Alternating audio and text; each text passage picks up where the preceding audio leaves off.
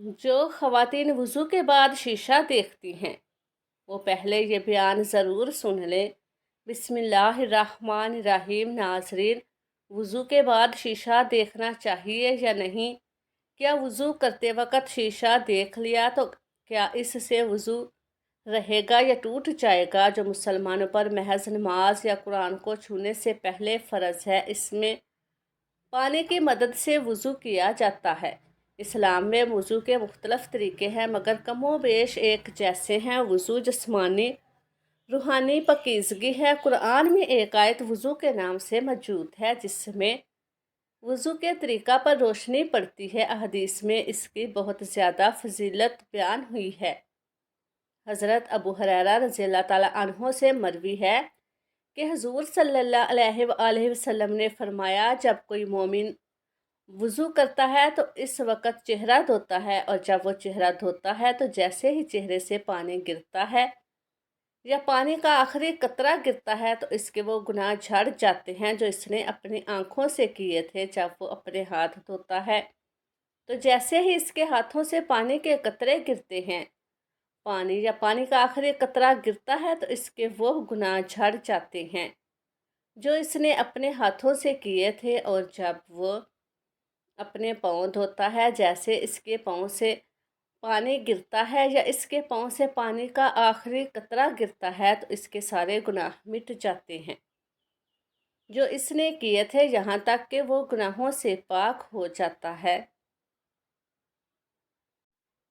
ایک اور جگہ روایت ہے، حضرت ابو ہریرہ رضی اللہ تعالیٰ عنہ سے مروی ہے کہ حضور نبی اکرم صلی اللہ علیہ وآلہ وسلم نے فرمایا، قیامت کے دن تم اس حال میں اٹھو گے کہ تمہارا چہرہ اور ہاتھ پاؤں وضو کرنے کی وجہ سے سفید اور چمک رہے ہوں گے۔ اس لیے جو شخص تم سے طاقت رکھتا ہو اپنے ہاتھوں کو اور چہرے کی سفیدی اور چمک کو زیادہ کرے۔ حضرت ابو ہریرہ رضی اللہ تعالیٰ عنہ سے مروی ہے، حضور نبی کریم صلی اللہ علیہ وآلہ وسلم نے فرمایا، میرا مقام آدم سے لے کر آج تک کے فاصلے سے زیادہ بڑا ہے۔ اس کا ذائقہ شہد ملے دودھ سے زیادہ میٹھا ہے اور اس کے برتنوں کی تعداد سارے ستاروں سے زیادہ ہے۔ میں دوسرے لوگوں کو اس حوض سے اس طرح روکوں گا جیسے کوئی شخص اپنے حوض سے پرائے اونٹوں کو روکتا ہے۔ صحابہ کرام نے عرض کیا، یا رسول اللہ صلی اللہ علیہ وآلہ وسلم، کیا آپ ہمیں اس دن پہچان لیں گے؟ فرمایا، ہاں، تم میں ایک ایسی علامت ہے جو دوسری کسی امت میں نہیں ہوگی۔ جب تم اس وقت پر میرے پاس آؤ گے تو تمہارے چہرے اور پاؤں آثار وضو کی وجہ سے سفید اور چمکدار ہوں گے۔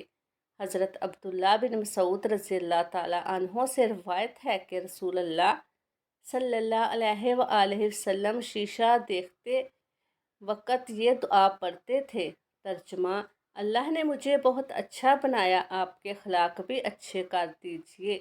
انسانی فطری طور سے حسن و جمال کو پسند کرتا ہے، جس میں ظاہری حسن و جمال یعنی سلام، دوسرے باطنی اس نوجوان جس سے اخلاق کہتے ہیں ظاہری دکھائی دیتا ہے اور بعد میں دکھائی نہیں دیتا، لیکن اس کے انوار و برکات اور ثمرات انسانی زندگی میں دکھائی دیتے ہیں۔ ظاہری حسن میں چہرہ کو بڑی اہمیت حاصل ہے اور چہرے کے نشیبوں پر اور حسن سے شخصیت کا امتیاز ہوتا ہے، لیکن چہرے کو جسم کے ایسے حصے میں بنایا ہے کہ دوسرے حصے دیکھ سکتے ہیں، خود چہرے کا مالک نہیں دیکھ سکتا۔ اس لیے انسان کو خود اپنا چہرہ دیکھنے کے لیے آئینہ دیکھنے کی ضرورت پڑتی ہے۔ اس لیے مرد ہو یا عورت، جوان یا بوڑھے، ہر کوئی اپنا چہرہ، اپنی شخصیت دیکھنے کے لیے شیشے کا محتاج ہے۔ ایسے موقع پر حضور نے ایک چھوٹی سی دعا کی تلقین فرمائی ہے جو بہت مختصر ہے لیکن اس کے معنی پوری کائنات تک کشیدہ ہے۔ اس دعا کا ترجمہ ہے کہ جائے تو اس میں دو مضمون ہیں، ایک اقرار و شکر سے متعلق ہے جبکہ دوسرا درخواستوں سے تعلق رکھتا ہے۔ اب ہم اپنے سوال کی طرف آتے ہیں کہ وضو کے بعد شیشہ دیکھنا یا اگر وضو کرنے کی جگہ پر شیشہ لگا ہو تو اس پر نظر پڑ جائے تو دیکھنے میں کوئی حرج تو نہیں، یا وضو تو نہیں ٹوٹتا۔ ناظرین، وضو کرنے کی جگہ پر شیشہ لگا ہو تو اس پر نظر پڑنے یا اس میں چہرہ دیکھنے میں کوئی حرج نہیں، اس سے وضو بھی نہیں ٹوٹتا۔ تصویریں اور ویڈیو نہیں دیکھنے، اس سے بھی وضو نہیں ٹوٹتا۔ البتہ بعض لوگ اپنے غسل خانوں میں انسانی قد کے برابر شیشہ لگواتے ہیں اور دوران وضو جسم کے اعضاء پر بھی نگاہ پڑتی ہے، ایسے آئینہ دیکھنے سے گریز کرنا چاہیے۔ اس کے علاوہ وضو کے بعد برہنہ ہونے سے وضو نہیں ٹوٹتا۔ اگر نامحرم کی طرف بھول کر یا جان بوجھ کر دیکھ لیا تو اس سے بھی وضو نہیں ٹوٹے گا۔ البتہ نامحرم کو دیکھنا جائز نہیں ہے۔ وضو کی حالت میں برہنہ تصویر دیکھنے سے وضو نہیں ٹوٹتا، البتہ برہنہ تصویر دیکھنا ناجائز ہے۔ ناظرین، اس کے علاوہ شرمگاہ کو ہاتھ لگانے سے کیا وضو ٹوٹ جاتا ہے؟ ہاتھ لگانے سے وضو ٹوٹنے اور نہ ٹوٹنے دونوں کی احادیث ہیں اور دونوں ہی صحیح ہیں۔ جیسا کہ حضرت عبداللہ بن ابی وقاص رضی اللہ تعالیٰ عنہ فرماتے ہیں کہ انہوں نے حضرت صفوان رضی اللہ تعالیٰ عنہ کو کہتے سنا، میں مروان بن حاکم کے پاس گیا اور ان چیزوں کا تذکرہ کیا جن سے وضو ٹوٹ جاتا ہے۔ مروان بن حاکم نے کہا، عضو تناسل کو چھونے پہ کیا حکم ہے؟ اس پر مروان نے کہا، مجھے معلوم نہیں۔ کہنے لگا، مجھے بصرہ بنت صفوان رضی اللہ تعالیٰ عنہ نے بتایا ہے کہ انہوں نے رسول اللہ صلی اللہ علیہ وآلہ وسلم کو فرماتے ہوئے سنا، اپنا عضو چھونے سے گریز کریں۔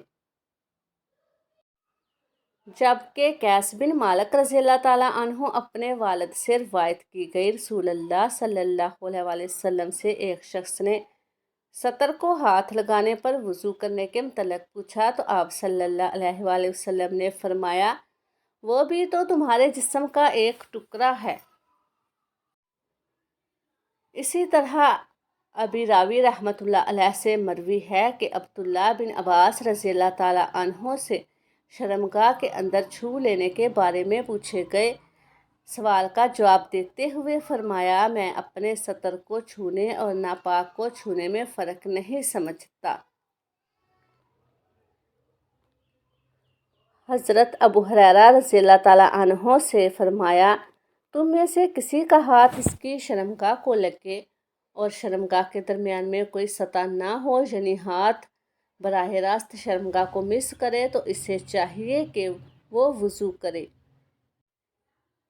تو ناظرین، وضو کن چیزوں سے ٹوٹ جاتا ہے؟ وہ دو قسم کی ہیں، جو انسان پر طاری ہو جیسے نیند، بے ہوشی وغیرہ جسم سے نکلے جیسے پخانہ، جو انسان پر طاری ہو جیسے جسم سے پخانے کے راستے سے نکلے، جو باقی جسم کے کسی مقام سے نکلے جیسے کہ پیچھے دونوں راستوں کے علاوہ جسم کے کسی اعضاء کے کسی مقام سے کچھ نکلے، کس چیز سے نکلے اور جس پر خون سے وضو ٹوٹ جاتا ہے۔ ان دو راستوں کے علاوہ جسم کے باقی حصہ مقام سے کچھ نکلنے کی یہ صورتیں ہیں۔ کوئی ناپاک دیکھنے سے وضو ٹوٹ جاتا ہے، آنکھ بنانا ہی وضو پہ فرض ہے۔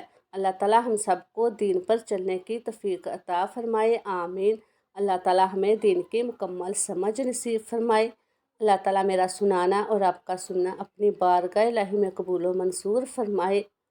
اور آخر میں اللہ تعالیٰ سے دعا ہے کہ اللہ تعالیٰ ہمارا خاتمہ ایمان پر فرمائے، آمین۔ السلام علیکم ورحمۃ اللہ وبرکاتہ۔